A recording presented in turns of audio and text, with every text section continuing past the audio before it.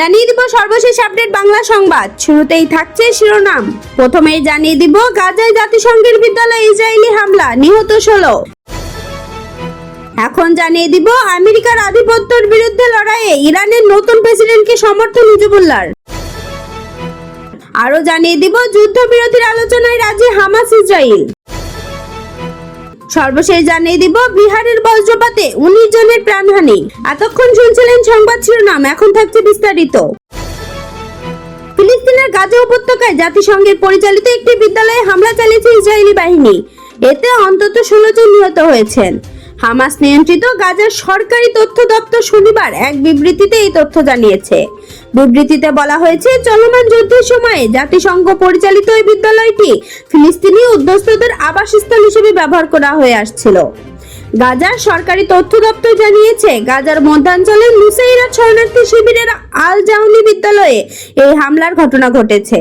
এতে অন্তত 75 জন আহত হয়েছেন, প্রাণ গেছে অন্তত 16 জনের। ফিলিস্তিনি উদ্বাস্তুদের সামরিক আবাস হিসেবে ব্যবহৃত বিদ্যালয়টি পরিচালনা করে ফিলিস্তিনি শরণার্থী শিবিরের জন্য নিযুক্ত জাতিসংঘের ত্রাণ কার্যক্রম সংস্থা। গত অক্টোবরে গাজা উপত্যকায় নির্বিচারে হামলা শুরু করে ইসরায়েলি বাহিনী। এরপর থেকে একাধিকবার জাতিসংঘে পরিচালিত বিদ্যালয়ে হামলার ঘটনা ঘটেছে।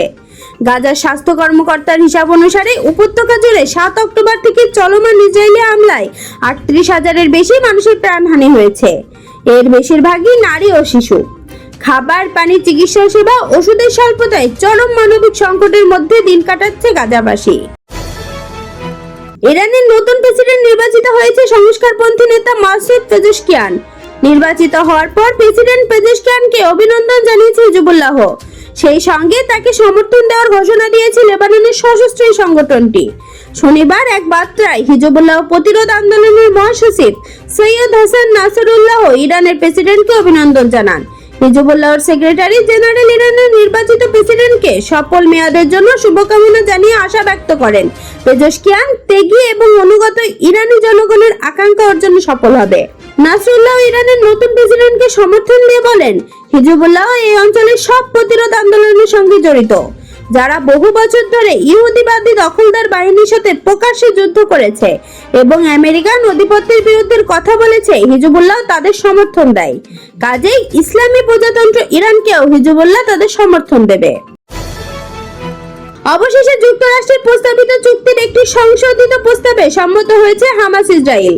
গতবার হামাসের এক ঊর্ধ্বতন কর্মকর্তা জানিয়েছে, চুক্তির একটি সংশোধিত প্রস্তাবে সম্মত হয়েছে হামাস ইসরায়েল। খবর রাইটার্স ও আল জাজিরার। প্রতিবেদনে উল্লেখ করা হয়, প্রস্তাবে বলা হয়েছে যে মধ্যস্থকারীরা একটি অস্থায়ী যুদ্ধবিরতি, ত্রাণ বিতরণ ও ইসরায়েলি সেনা প্রত্যাহারের নিশ্চয়তা দেবে।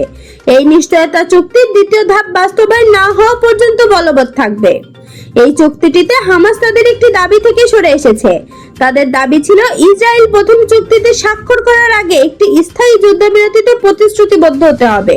গোপন এক সূত্রের বরাতে অ্যাসোসিয়েটেড প্রেস জানিয়েছে, এই চুক্তির মধ্যে একটি সম্পূর্ণ 6 সপ্তাহের যুদ্ধবিরতির অন্তর্ভুক্ত থাকবে, যা কয়েকশো ফিলিস্তিনি বন্দীর বিনিময়ে নির্দিষ্ট সংখ্যক ইসরায়েলি বন্দীর মুক্তির বিষয় থাকবে। হামাস বলেছে, প্রথম ধাপে 6 সপ্তাহের সমঝোতা চুক্তির মেয়াদ শেষ হওয়ার আগেই স্থায়ী যুদ্ধবিরতির আলোচনার সুযোগ দিতে হবে। শান্তি প্রচেষ্টার সাথে সম্পর্কিত এক ফিলিস্তিনি কর্মকর্তা বলেছে, প্রস্তাবটি ইসরায়েল গ্রহণ করলে একটি কাঠামো চুক্তি হতে পারে। এতে গাজার ইসরায়েল ও হামাসের মধ্যে 9 মাস ধরে চলা যুদ্ধের অবসান ঘটতে পারে।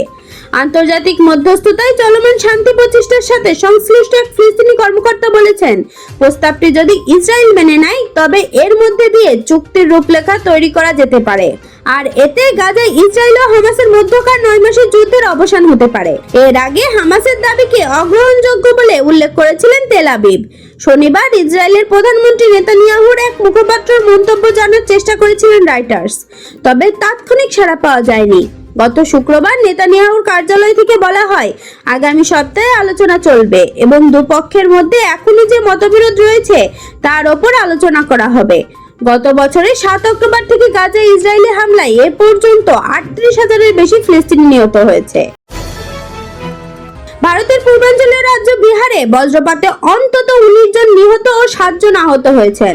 রোববার ইন্ডিয়ান এক্সপ্রেস জানিয়েছে, গত 24 ঘন্টায় বজ্রপাত সহ ভারী বৃষ্টিপাত এবং বজ্রঝড় রাজ্যের 10 জেলাকে প্রভাবিত করেছে। বৃষ্টির কারণে বজ্রপাতে খেতে কাজ করা এবং গাছের নিচে আশ্রয় নেওয়া লোকগুলোর বেশি হতাহতের শিকার হয়েছেন। রাজ্যের মুখ্যমন্ত্রী নীতিশ কুমার এসব মৃত্যুতে শোক প্রকাশ করেছেন এবং মৃতের পরিবারের সদস্যকে প্রত্যেককে 4 লাখ টাকা অনুদান ঘোষণা করেছেন। সেই সঙ্গে মুখ্যমন্ত্রী জনগণকে এই ধরনের ঘটনা এড়াতে সংশ্লিষ্ট বিভাগে জারি করা পরামর্শ মেনে চলার আহ্বান জানিয়েছেন। এদিকে ভারতের আবহাওয়া বিভাগ আগামী 24 ঘন্টার জন্য একটি হলুদ সতর্কতা জারি করেছেন। সেই সঙ্গে বিহারের উত্তর, দক্ষিণ, পূর্ব এবং দক্ষিণের মধ্যের অংশে বজ্রপাত এবং বজ্রসহ ভারী বৃষ্টিপাতের পূর্বাভাস দিয়েছে। প্রতি বছর বর্ষা মৌসুম শুরু হওয়ার সঙ্গে সঙ্গে ভারতে বজ্রপাতে শত শত মানুষের মৃত্যু হয়। আজকের খবর এই পর্যন্তই। পরবর্তী খবর সবার আগে পেতে আইডিটি নিউজ চ্যানেলটি সাবস্ক্রাইব করে রাখুন।